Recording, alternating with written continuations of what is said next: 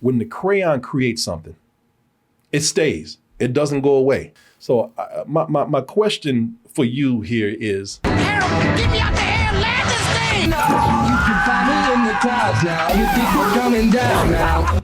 how many people did that plane kill? Oh my God.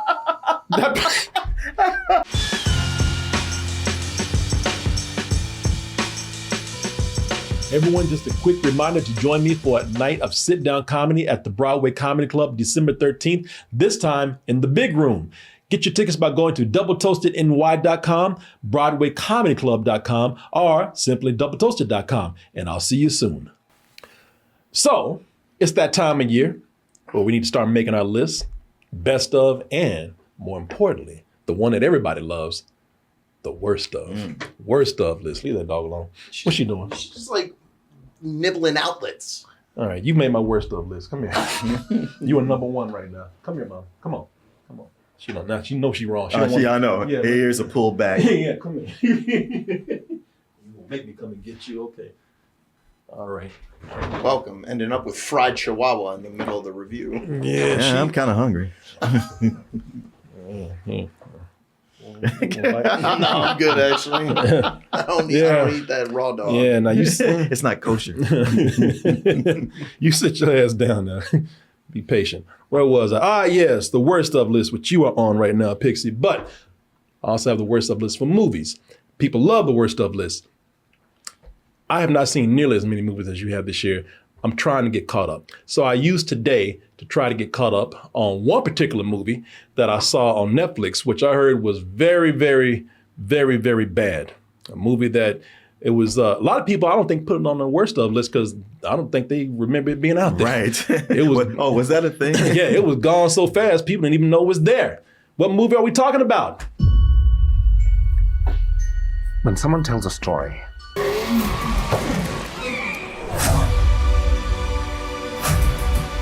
What are you talking about? That actually looks kind of cool. Yeah, a little Jumanji-ish, but it looks good. Yeah, people, that is Harold and that purple crayon right there. Look at the crayon that can draw anything that you imagine. So this is a movie with Zachary Levi as the lead character of Harold, which some people are like, what? You already know the story. But the story here is that you have Harold, who was once a little boy who would draw anything. In fact, he was a little cartoon boy. Mm-hmm. And then somehow one day he grew up, became a grown man, started making doors and finding doors, and then crossed over into our world. And he crossed over in our world because, well, he keeps hearing a mysterious narrator. Somebody just is talking about everything he's doing, everything he's done, and everything he might gonna do. He's come to look at this voice as this narrator as his father. But, you know, he's over here in this damn white world where he has nothing to do but just draw. When I say white world, I mean, that sounded bad. It's just a world devoid of anything. It's just blank. And that's why he's always drawing stuff with his crayon. Well, he's stuck in this world where he's just drawing his crayon all the time. That voice is out there and he figures, well, that voice must be my creator. Therefore, that's my father, the old man. And I need to go out and find him. And I'm going to find him through the magic of my purple crayon and my goofiness. And his friends, right? Don't forget his friends. Oh yeah, his his sidekicks. Oh, he got a black sidekick? Yeah, he got his black sidekick. Who's the moose? But some people are looking at me right now talking about, what the are you talking about? I read this book. My mama read this book. My grandmama read this book. Harold and the Purple Crayon by Crockett Johnson. The book came out in 1955. It didn't have none of this bullshit you're talking about right now. It was a very simple story. And that is where we get into this movie, Harold and the Purple Crayon, which I will be talking about along with this man over here, Julian Hemmendinger. And as I said, I was watching this to see if it indeed should go on my worst of list. Does it deserve to be? Well, before I even get that far, let's just say, yeah, it's bad. It is. Is it bad? It is. It is. The trailer doesn't look bad. It's not great. That's what a trailer's meant to do, boy. Sometimes a trailer's just meant to lie to your ass. Okay. He took that crayon, he lied to you right now. He might as well taken that crayon and just shoved it right up your ass, man. Because that's what it felt like it did to me. You know, I listen, this movie came and went so fast, I didn't even see the trailer for it.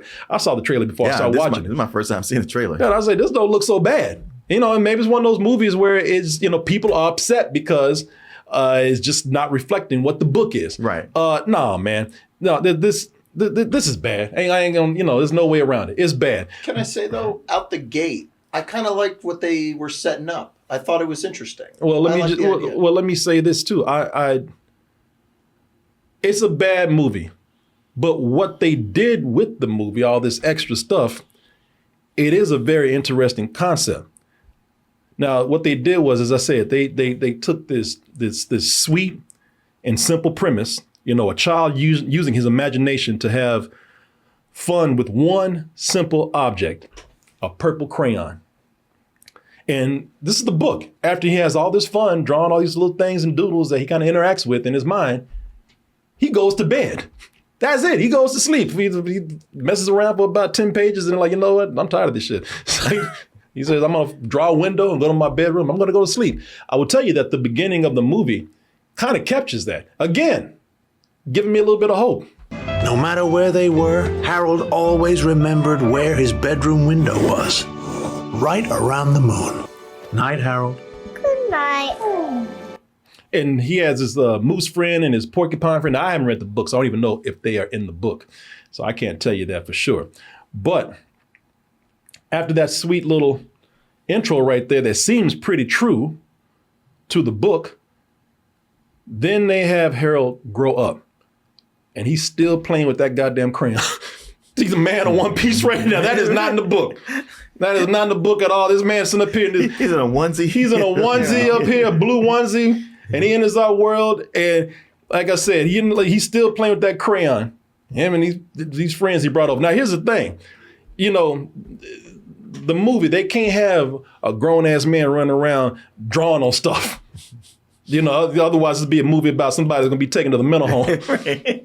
You know, so here's what they do, and this is what I found. This is what I found pretty interesting with the movie. Since they can't make a movie about a grown man running around drawing on things with a purple crayon because he'd be insane, what they did was they turned him into a mentally challenged god. Oh, that crayon has the power to draw anything. Now, this is my interpretation. They turn him into a mentally challenged god because this purple crayon can draw anything. Now, the way to think of this, think of it as Green Lantern. yeah, that's just what I was thinking. Think of it as Green Lantern, except he's purple. Okay. And more powerful. And more stupid. It's, people, let me say something here. They don't ever explain this world where this man is from. He's just hanging out with a moose and a porcupine. Other than that, there's no other people around. There's no parents. So yes, he is mentally challenged because he had nobody to show him any better. Let me ask you this, and I don't want to derail what you got going on, but in the drawing world, it's a boy, it's a moose, and a porcupine.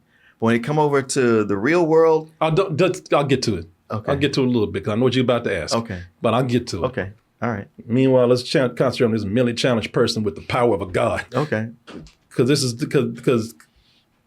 like I said, you know, they in the book, you know, it was like I said, it was simple. It was just this kid drawn with a crayon, and it was just his imagination. Now we got to explain that, no, all this was real, and the crayon was real, and now he's in this world, and like I said, he's a middle-aged man running around this crayon that can do anything. And when that happens, you know what, you give somebody like him that kind of power, they're dangerous. yeah. He tries to interact with this world, he ain't here for a day before he starts just tearing shit up and risking people's lives. Enjoy.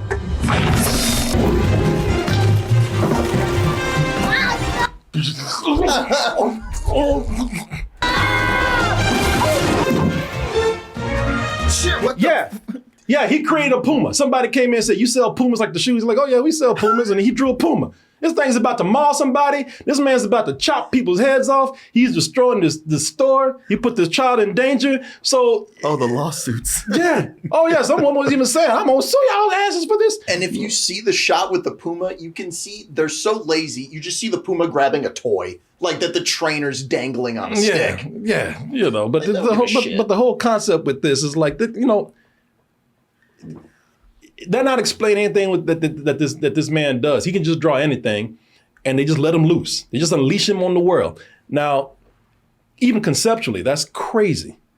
But here's the real reason why they don't explain anything about his background. You know, they just let him enter this world and just run amok. The real reason is for not explaining his world is because the book didn't need one, but Hollywood optioned it. They didn't see the beauty and simplicity in this book right here.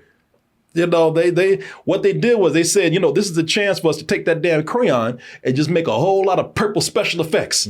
That's all they did. Yeah. You know, so there's the problem with this movie being that they just took this property and just had to expand on it. I mean, we're talking about a book with barely anything. It's so simple, and that's the beauty of this.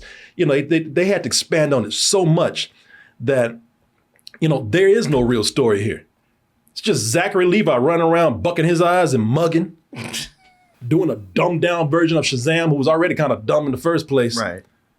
You know, and that's the thing. I don't know why he keeps playing these man children, man. And that's the one thing that bothers me with this movie. That shtick is getting old. I mean, you know, he's like I said, he's pretty much playing Shazam again. Just a dumber version of him. Oh, Moose! Miniature train ride! Sit your ass Are you having fun? I'm at work, asshole. Yeah, Jesus Christ. You know, that leaves nothing for anybody else to do in this, man. Poor Lil Ray Howery, man. He's got nothing to do but follow Zachary Levi's leads and buck his eyes through the whole thing and act stupid like he does. And since they didn't have money, they got to keep his ass. They can't keep him a moose like you saw in the drawings. Okay. That would have been cool to have a talking moose running around. No, the way they got around this, let me see here. So the way they got around this, they turned him into a black sidekick, a human black sidekick, and just to remind you that he's a moose, they put him in a Cosby sweater where you're doing one of the Christmas sweaters where there's a moose on it. Like, y'all cheap mother. You know, Wow. yeah. That's so lame. That is the lamest. What's lamer than that is that they don't give him the material they give him to do is barely jokes. Like they give him, there's so little here for anybody to do. They're even stretching it with giving him anything humorous in the movie. Oh, how I miss my antlers. Jewel's house. People, that's a scene. That's a joke, by the way. Or not. Don't look at me like And you that. telling me this died at the box office, huh? Not agonizing enough. That should have been a slow, painful death of a little hair on that damn crayon. You know, same with Tanya Reynolds, who plays the damn porcupine character right here. All she does is just wander. Really, her shtick in the movie is to wander into buildings, people's houses, and eat their food, or go into restaurants and other buildings and just cause chaos, tearing up shit.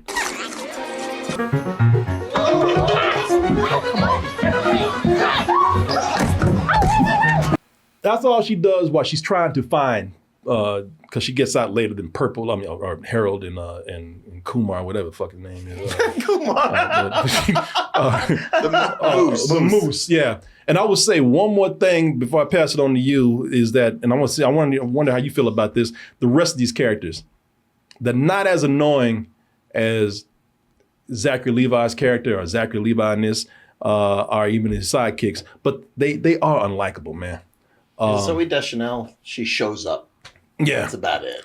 Well, it's funny because Zoe Deschanel, she plays, it's not even the love interest, it's the person that's trying to help Harold find, reluctantly trying to help him find his father, or the old man. But she's got a son named Mel, played by his kid, Benjamin Batani. and he's gonna be a man child just like Harold. This movie is so badly written. I don't know of anybody who would write a character like this. This boy is going on 13 years old. Seriously, because I looked it up. The actor's probably about 15, going on 16 now. So I mean, this boy's about to be going on 13 years old, and he's doing shit like this. I had to take my kid to a school thing. She should not be using her phone while driving. Talking to an imaginary friend. Even the movies framing it like, he's crazy. Right? They show you an empty seat like, this is insane. And they don't do it once. They do it a lot. Oh yeah, now he do it through the whole movie. He's up here talking about, hey, what was the imaginary friend's name? Reggie or something? Yeah, Carl? Yeah, something like that. Hey, Carl, am I right? You know, and they're like, who the is kid talking to? I'm sorry, she wasn't like, you know what, we're going to skip the school thing and just go straight to a therapist. Yeah. Even Zoe Deschanel's the mom, she's like, can we just not do Carl today, please? You can tell she's about to put us on a damn straitjacket. Look at the way they frame this. That's the one good thing about this movie, that the movies even try to tell you, there's something wrong with this kid. I had to take my kid to a school thing. She should not be using her phone while driving. Bitch, ain't nobody there. This is a damn Fight Club shit right here. I love it when they show you nobody sitting there. Looks like that boy could use some better help. I'm just kidding. But this is the perfect time to talk about our sponsor, which is, that's right, you guessed it, BetterHelp. And see, BetterHelp is all about therapy. And therapy still has this stigma with people that it's about serious issues such as depression, maybe thoughts of harming yourself, seeing things that ain't there. But people are also beginning to realize that therapy is for things such as helping out relationships, maybe work issues, or simply organizing your mind so you can organize your life. And one of the best things about therapy right now is that you can get it entirely online. And if you're thinking about trying that, the best place to start is with, that's right, you guessed it again, BetterHelp. BetterHelp is completely online and it's designed to be convenient, flexible, and suited to your schedule. And you can do it the way you want to. Hey, if you don't mind doing a face-to-face, you can do a video call. If you don't want to do that, fine, do a phone call. And it's very easy to get into. Just fill out a brief questionnaire to get matched with the licensed therapist of your choice. And if it's not working out, you can switch therapists at any time for no additional charge at all. And here's something that's really gonna put your mind at ease, and you know what I have for you. You know I got a code, a bargain for you. And here it is right here. If you put in betterhelp.com/doubletoasted, you'll get 10% off your first month. I wanna thank BetterHelp for sponsoring this portion of the show. And I wanna thank all of you out there for putting me at ease with all your support. And now back to the show. I'll talk about Zachary Levi's Harold being mentally challenged and being a man child, just being stupid. But you know, there's an explanation for that. You know, he's been in a world where there's nobody around except a damn moose and a porcupine that he drew. I don't know why he hasn't tried to draw a woman. Or a man. Or a man, yeah, that's right. Or the glory hole or something. But you know, the Zoe Deschanel's character, the mom, she's got to be the dumbest character in the movie. When they introduce her in the film, they talk about how she's about to lose her job. You about to lose your job. Yeah, because you know she's like that whole thing. Honey, can you just give me a break? I'm going to lose this job if I go in late one more time. So you know they heavily established. Oh, she's it's almost foreshadowing. She's about to lose her job. So here's the craziest thing about this.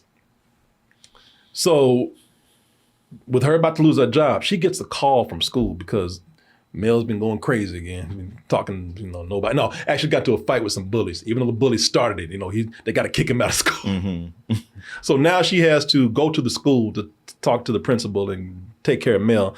So with her about to lose her job, she knows if she leaves one more time, it's going to be trouble for her. She's going to lose it. So what does she decide to do? This is the stock room. Put those in uniform and put them in charge. Put them in uniform and put them in charge. They don't work there. This is all kind of lawsuits happening right here. Put them in uniform and say, don't get in any trouble now. Oh no! And the first thing they do is just start breaking shit when they start laying stuff Three down. Stooges, yeah. Sure. Oh, Martin, it works out just as you would imagine.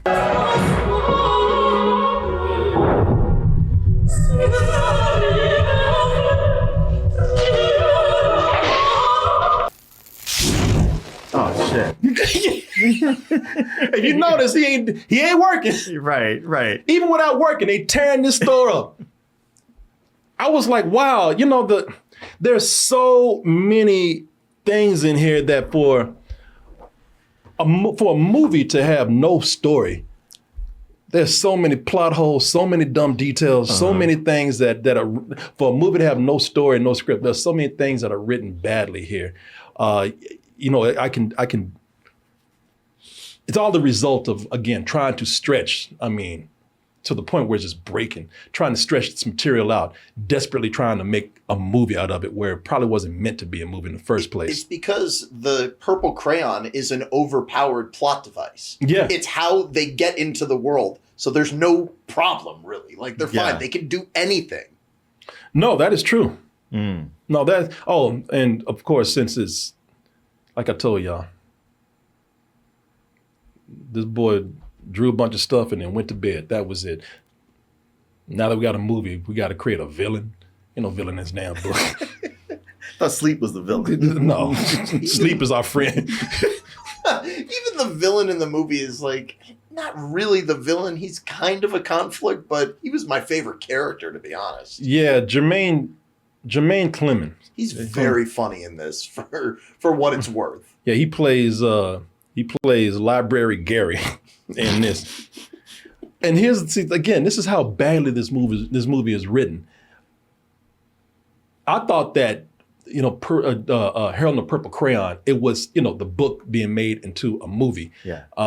And the movie was, but the book was not part of this world. The book exists in this world. Oh. And apparently he's the only one that's read it. I know it exists because everybody sees this grown man running with the Purple Crayon and nobody ever thinks, oh, just like Harold and the Purple Crayon. Nobody says it at all. Nobody makes that connection. Except for maybe one kid that he has to grab the book from. Mm-hmm. But the reason why he knows about it is because, and again, I don't know how this happens. This man is in broad daylight drawing a helicopter or a plane, and somehow he's the only one, Jermaine Clemens, he's the only one to see it.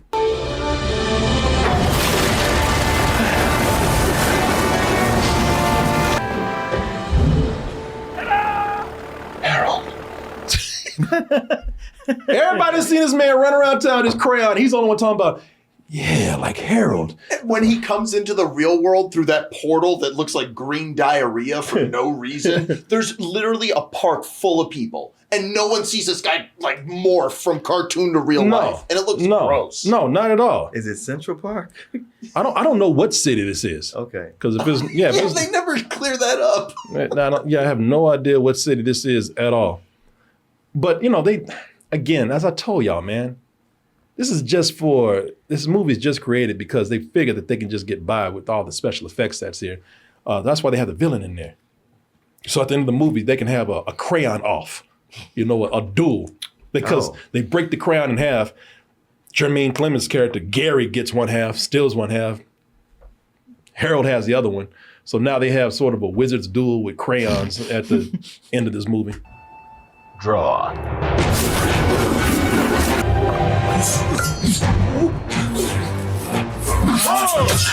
They're clearly trying to kill each other, and yet nobody draws a gun. Nobody Maybe draws Harold anything. doesn't know about guns. But Gary does. Yeah. With his stupid ass. Both of them dumb as hell. Like I said, man, you could tell that they rushed this so much from it, because if you're looking at this, it has and I mean the trailer makes this look way cooler than it is. Like if you watch this, you could tell this has, look at this. This has a flat TV show look to it. Mm-hmm. They establish clearly when the crayon creates something, it stays. It doesn't go away. It doesn't, blow up into purple dust and evaporate. No, it exists forever, or at least for a long time. So my question for you here is, Harold, get me out the air and land this thing! That's not nearly as fun. Hang on! You can find me in the clouds now. You think we're coming down now? how many people did that plane kill? Oh my God.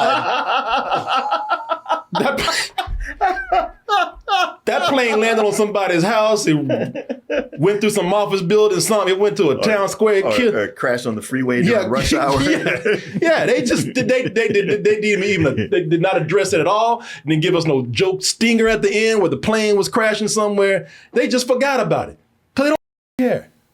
This one that I can see why this movie was criticized so much. It is one of the sloppiest movies I've seen. It's really badly edited too. Yes, it is. It flows like rocks going down a hill. Yeah, somebody said there's there's a purple forest fire going on somewhere because this damn plane crashed. Yeah, and they just floating along. Didn't even try to address that. Lazy. Movie's just lazy, man. There's even I had to, when I was getting clips, in the matter of an hour, I forgot 2 characters were in the movie. Oh, yeah, because one of them is a subplot, basically, the porcupine. No, the porcupine, I already talked about it. She don't do anything, like I said, but tear up shit. No, see, you don't even remember. But I would, no, that's good. You proved my point. They got 2 characters in here that I completely forgot were in the movie within an hour because they don't do anything with them in the movie. He made a bicycle with a crayon. Then she says she's a porcupine. Oh, yeah. Porcupine. The 2 cops, they got a subplot where the 2 cops are chasing Harold and his animal friends turn human, and they drop that shit so quick. Yeah, it has no resolution. No, and they try to have a running gag with it, and the line is lame the first time you hear it. Oh, gotta humor the crazies. Yeah, exactly. Yeah, I was like, I'm talking about within an hour when I was editing the clips for the show. I was like, oh yeah, who the they went. I've never seen a movie where they introduced a subplot and had characters in there like they were actually going to solve the case of Harold. Mm-hmm. And they tackled that porcupine in one scene and took them to jail, and you didn't see their asses again. Yeah. Do you remember that? Yeah, that's what happened. They followed these people for the first half of the movie like they were really doing something. They gave them significant screen time. And the moment they put their ass in jail, you didn't get them saying, well, that's it. Our job is done. Now they disappeared. I did like the punchline to that scene, though, where they leave the prison. Yeah. It was one of the few bright spots. They got him. They were put in prison with this big. And Holden. And Holden with a big biker-looking dude. And then they managed to still. They get the crayon back and they make a wrecking ball. Well, they get the crayon back because the police are stupid here. I should even show you that. The police say, boy, they sneak it around the police in the precinct, which ain't that big, and the police are just typing and not noticing that there's some moose guy walking behind them. I'm crazy too.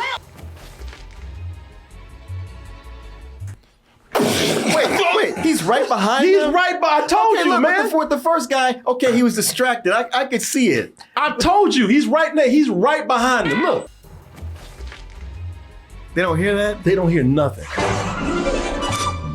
Hey, what are you doing? Catch his black ass.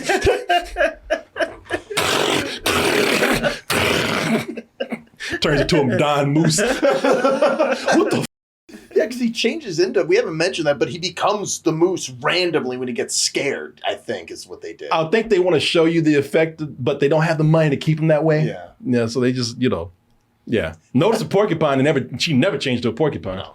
This movie's trying to make something desperately and quickly out of a book that works best in short form.